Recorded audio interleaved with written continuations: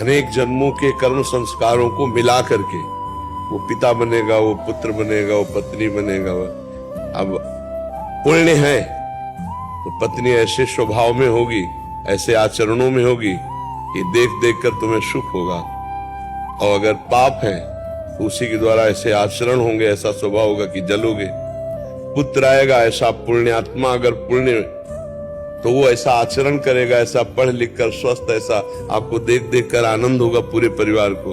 नहीं ऐसा रोगी होगा, ऐसा क्लेश देने वाला, रुपया पैसा भी खर्चा है, हृदय भी दुखी हो रहा, पूरा परिवार दुखी हो रहा है, ये कर्म संयोग है। महाराज जी बहुत सूक्ष्मता से देखा जाए तो इसमें बस ही नहीं है महाराज जी, कौन सी पत्नी आनी है, बच्चा आना है, क्या तो कहीं बस लगता ही नहीं है अपना। कर्म के अनुसार है ना, कर्म के अनुसार अवश्य में भोक्तव्यम, वैसे रूप रख के भगवान आएंगे।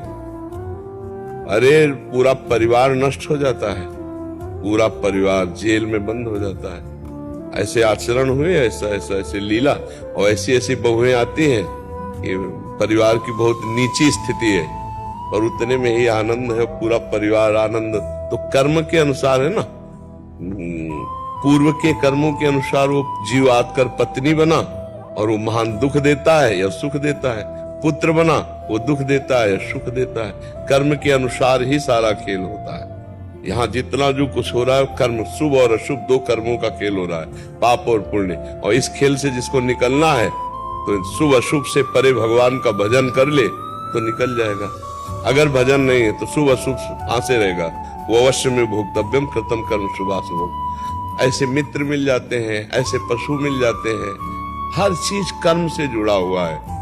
अब हम नवीन कर्म ऐसा कर लें कि हमारी पुराना सब भस्म हो जाए, तो वो है भजन, वो है परोपकार, वो है भगवान की आराधना। नहीं तो जीव दुख को प्राप्त होता ही है। यहाँ कोई बराबर सुखी नहीं रह सकता, दुख को प्राप्त होता है। बराबर दुखी नहीं रह सकता, थोड़ा सुख भी मिलता है, ऐसा कोई भी दुखी नहीं। तो सुख और दुख अगर दोनों से ऊपर उठना है तो भगवान का नाम जप करे, वो पूरे परिवार का संयोग होता है। यहाँ तक कि रिश्ते नातेदारों का भी कर्म संयोग हो जाता है। जैसे आपने कोई कानून विरुद्ध आचरण किया तो आपकी ससुराल कहाँ है पता लगाया जाएगा, वहां जाएगी पुलिस, वहां गाली गलौज करेगी, पूरी चेकिंग करेगी, सब करेगी। आपके मामा कहाँ रहते हैं, आपके रिश्तेदार कहाँ हैं, आप पूरी जगह खोज होगी और गाली गलौज ढूंढ। ऐसा होगा कि नहीं होता है? तो अब उनका क्या उसमें अपराध था?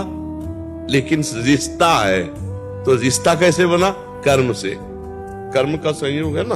भाई पिट रहा है, रिश्ते नातेदार गालियां पा रहे, परिवार के लोग दुखी हो रहे, एक आदमी ने मोहल्ला, गांव, रिश्ता, नाता सबको दुखी कर दिया, और एक आदमी सुखी कर। गर्व से कहते नहीं हमारे गांव के हैं, ऐसे बोलने लगते हैं हमारे एरिया के हैं, उनको भी सुख हो रहा है कि हमारे एरिया का हम आदमी जो है ऐसा। तो ये क्या हुआ? कर्म। ऐसे कर, और ऐसे ऐसे कर्म करने वाले लोग हैं जो अभी सोच नहीं रहे। अब जैसे मुर्गा, मुर्गी, बकरा, बकरी काट के जिंदा भून के खा रहे, अब ये सब कर्म क्या करेंगे? तुम्हें जिंदा भूनेंगे। माया भगवती सर्व सामर्थ्यशाली आद्या शक्ति, वो तुम्हें ऐसे भून देंगी।